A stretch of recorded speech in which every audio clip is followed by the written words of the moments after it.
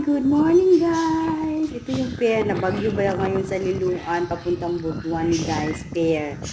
Wala, na-standby ang truck ng GMT kasi nga bagyo, grabe. Ngayon ata maglandfall, wala bukas. So ikaya sila, maguntay sila, kung biyahe ng barko, walang biyahe ng barko. Aguro, bihadlaw. Start kahapon, today, baka tomorrow pa sila mag-alis daw kasi grabe daw ang bagyo. Sino bagyo ngayon guys? Kasi tawag sa bagyo ngayon, lalaki, babae, baka mag-asawa. Joke. Di ba guys, no? Muni-muni na lang tayo dito kasi nga wala talaga, mag-waiting talaga ang biyahe sa barko, di ba guys? Pero wholesome kayo ang view, bugnaw kaayo guys.